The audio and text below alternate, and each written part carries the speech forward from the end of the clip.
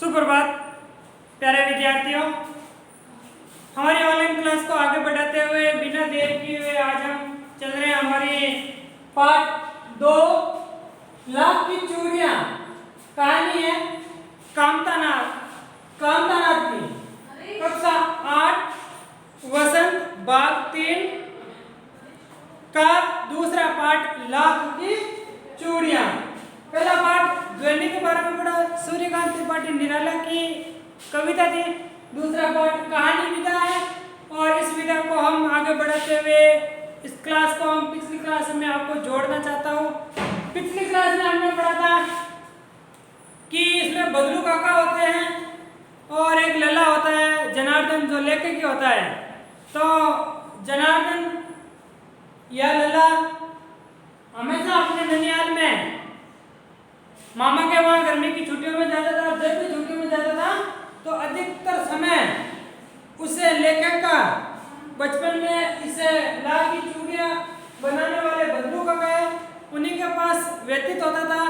और फिर एक बार इनकी लल्ला जो लेखक होता है इनके पिताजी की ट्रांसफर बदली में दूसरे शहर में हो जाती है, वो उनके साथ चला जाता और कम से कम 8-10 वर्षों बाद वापस अपने ननिहाल आता है। फिर बदलू काका की याद आती है, वहां बदलू काका के पास वो जाता है और जाने के बाद देखता क्या देखता है वहां पर जो बदलू काका है वो लाख की चूड़ियां का जो धंधा चल रहा था वो बंद हो गया। न तो वहां पर भट्टी थी, न वहां पर मच्छियां थी और न वहां पर लाख की चूड़ियां बनाने वाले औजार थे। फिर दोनों की मुलाकात आती है और पूछते हैं बदलू काका से लेखक कि मुझे पहचाना। फिर कहता है नहीं पहचाना, फिर अपना परिचय बताता है। फिर इस प्रकार वापस दोनों की मुलाकात होती है और वहीं से आज हम पढ़ेंगे। फिर बदलू का जो सामग्री लल्ला को नजर नहीं आई तो फिर उनके बारे में पूछ बैठते हैं। तो इसको पेज नंबर 9 ऊपर से तीसरी लाइन देखिए, ऊपर से पहली लाइन देख लीजिए। कुछ देर फिर शांति रही, मैंने इधर उधर दृष्टि दौड़ाई। किसने इधर उधर दृष्टि दौड़ाई? लेखक ने। किस पर? कि मच्छियां नहीं है वहां पर, वो खाट नहीं है, भट्टी नहीं है, जो मुंगेर के अंदर जो लाख की चूड़ियां चढ़ाकर बनाई जाती थी वो नहीं है, नहीं तो मुझे उनकी मच्छियां नजर आई, नहीं मुझे भट्टी। आजकल काम नहीं करते काका? मैंने पूछा। मैंने किसने? लेखक ने पूछा। किससे पूछा? बदलू काका से। क्या पूछा? क्या आजकल काम नहीं करते काका? कौन सा काम करते थे बदलू काका? कौन सा काम? चूड़ियां बनाने का। चूड़ियां नहीं बनाते हो? कैसी चूड़ियां? कांच की या लाख की? लाख की। कांच की चूड़ियों पर तो उनको चिढ़ थी। जब भी कोई स्त्री के हाथों में कांच की चूड़ियां देख लेते तो गुस्सा होता था और जब जी चाहते 2-4 खरी खोटी सुनाई देते थे। नहीं लल्ला, जनार्दन काका ने क्या कहा? नहीं लल्ला, काम तो कई साल से बंद है। मेरी बनाई चूड़ियां कोई पूछे तब तो, यानी अब मेरी चूड़ियां को कोई पूछता ही नहीं है। क्यों? क्योंकि कांच का इतना प्रचार बढ़ गया तो सब लोग फैशन करने के लिए कांच की चूड़ियां पहनते हैं। गांव-गांव में कांच का प्रचार हो गया। कांच का गांव-गांव में प्रचार हो गया। वे कुछ देर चुप रहा, फिर बोला, मशीन युग है ना लल्ला, मशीन देखो, औद्योगिकरण, मशीन, इन्होंने कई लोगों के हाथ काट दिए। हाथ काटने का मतलब रोजगार छीन लिया। जो भी लोग अपने कुटीर उद्योग के माध्यम से छोटे छोटे व्यवसाय कर रहे थे, इन व्यवसाय की इस मशीनी युग ने रोजगार छीन लिया। तो इस जनार्दन कह रहा है या लेके कह रहा है कि मेरे भी, मतलब बदलू कह रहा है लल्ला को कि इन्होंने मेरे भी रोजगार छीन लिए। किसने? मशीनी युग ने। आजकल सब काम मशीन से होता है, खेत भी मशीन से जोते जाते हैं और फिर जो सुंदरता कांच की चूड़ी में होती है वह लाख की चूड़ी में कहाँ सब। सुंदरता की दृष्टि से कांच की चूड़ियां अच्छी लगती है, लेकिन मजबूती की दृष्टि से कौन सी चूड़ियां अच्छी है? लाख की। लेकिन सब आज मजबूती की बजाय सुंदरता को महत्व देने लग गए। लेकिन कांच बड़ा खतरनाक होता है, बड़ी जल्दी से टूट जाता है। यानी कह रहा है कि कांच इतना मुलायम होता है, मतलब जल्दी से टूट जाता है, क्षण भंगुर होता है। क्षण भंगुर का मतलब होता है जमीन पे गिरते ही जो नष्ट हो जाए, टूट जाए, बिखर जाए, तो कांच क्षण भंगुर होता है, बड़ी जल्दी टूट जाता है। मैंने किसने? लेखक ने कहा। किससे कहा? बदलू काका से। नाजुक तो फिर भी होता ही है लल्ला। कहते कहते उसे खांसी आ गई और वह देर तक खांसता रहा। कौन? बदलू काका को खांसी आने लगी। मुझे उसे लगा दमा। लेके कह रहे हैं ऐसा मन में उन्होंने फीलिंग की कि लेखक सोच रहा है कि अब बदलू काका को दमा हुआ है, एक खांसी का रोग होता है दमा, सांस दम घुटना। अवस्था के साथ साथ उसका शरीर ढल चुका था, यानी उनका शरीर भी दुबला पतला हो गया, जो नसें हैं वो उभर के बाहर आ गई, उनके हाथों पर और माथे पर नसें उभर आई थी। अब देखो शिथिलता आ गई, ऐसे लग रहा है कि अब ये इनसे काम नहीं होगा, खांसी चल रही है। जाना कैसे उसने मेरी शंका पांप ली और बोला दमा नहीं है मुझे। अब देखो लेखक ने ऐसे कहा थोड़ी कि आपको खांसी है यानी दमा रोग है, लेकिन उस बदलू काका ने उस लेखक की जो आशंका थी, मन में जो विचार चल रहे उसको भांप लिया, यानी सोच कर कहा कि मुझे दमा नहीं है, मुझे ऐसे ही खांसी आ रही है, मुझे फसली खांसी है। खांसी का नाम क्या? फसली खांसी है। ये महीने 2 महीने से आ रही है, 10-15 दिन में ठीक हो जाएगी। मैं चुप रहा। कौन? लेखक। मान लो मेरे को आप लेखक मान लो, मैं लेखक ही हूँ। मुझे लगा उसके अंदर कोई बहुत बड़ी व्यथा छिपी है। व्यथा का मतलब होता है कष्ट, पीड़ा। व्यथा का मतलब क्या होता है? कष्ट या पीड़ा, व्यथा, पीड़ा। लेखक कह रहा है कि मुझे लगा उसके अंदर बहुत बड़ी व्यथा छिपी हुई। मैं देर तक सोचता रहा कि मशीनी युग ने कितने के हाथ काट दिए। हाथ काटना मतलब मुहावरा है। हाथ काटना का मतलब होता है रोजगार छीनना,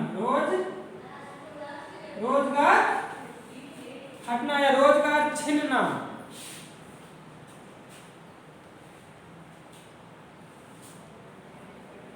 कुछ देर शांति रही जो मुझे अच्छी नहीं लगी। कुछ देर दोनों आपस में शांत हो गए, चुप हो गए।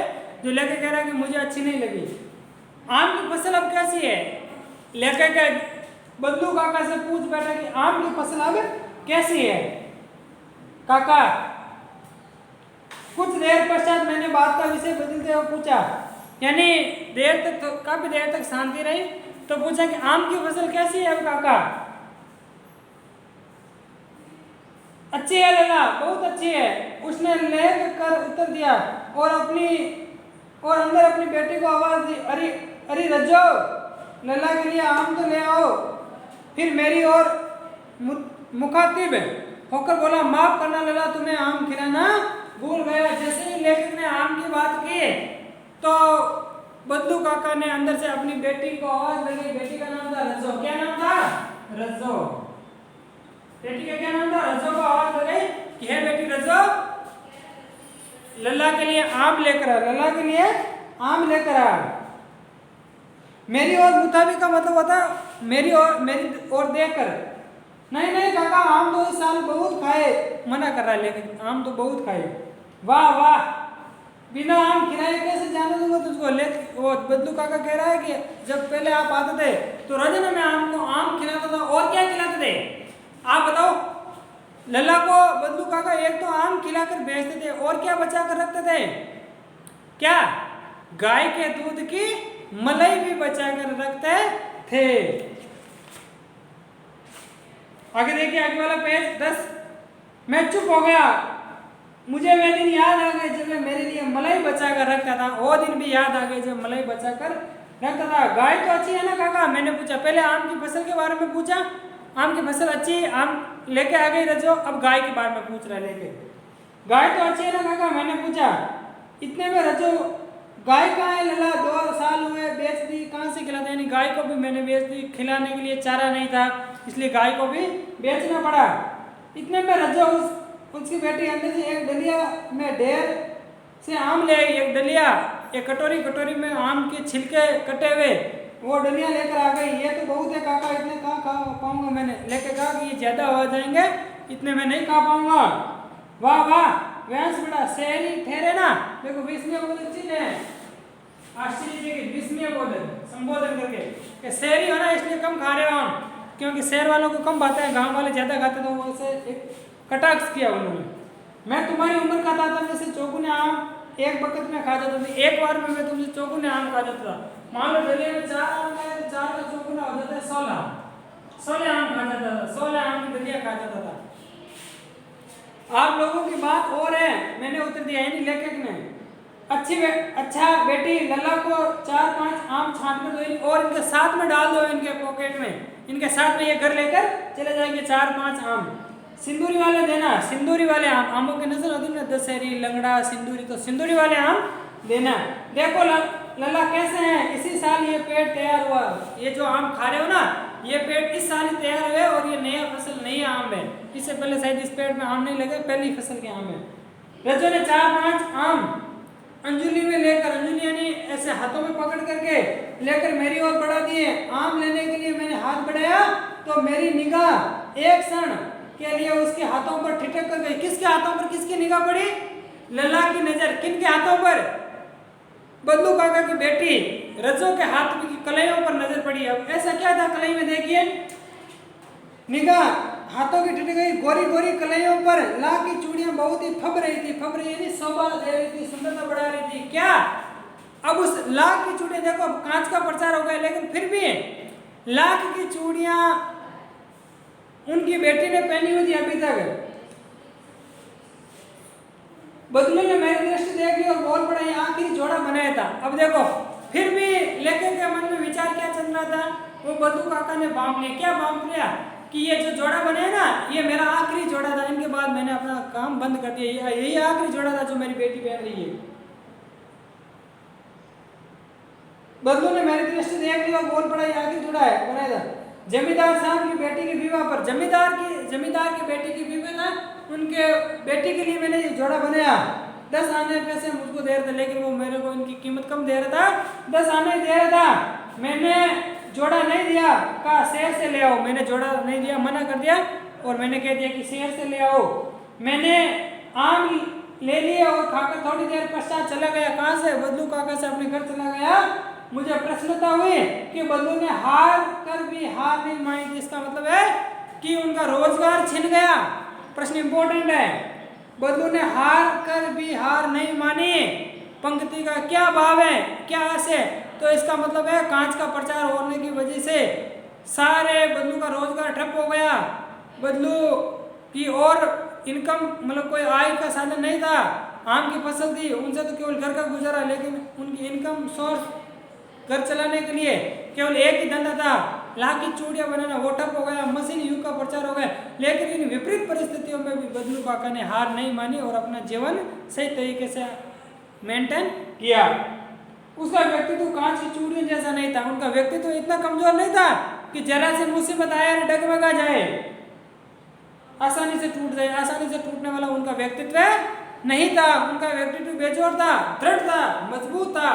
तो इसमें पाठ में यही बताया था कि इस मशीनी युग ने आम लोगों की जिंदगी में जो रोजगार थे, आम लोग जो छोटे छोटे कुटीर उद्योग लगाकर जो पैसे कमा रहे थे, जो अपना घर चला रहे थे, वो सारे के सारे ठप हो गए। तो आपका पाठ लाख की चूड़ियां समाप्त हो गया। इस पाठ को आपको होमवर्क आज मिल जाएंगे ग्रुप में। इसके बाद हम पढ़ेंगे बस की यात्रा। तो आपके 2 पाठ पूरे हो गए। पहला ध्वनि कविता, दूसरा लाख की चूड़ियां कहानी। तो मैं आशा करता हूँ दोनों पाठ आपको समझ में आ गए होंगे और आपने भी इनको रीड कर लिया होगा। निरंतर आप रीड करते रहिए और पढ़ते रहिए। धन्यवाद।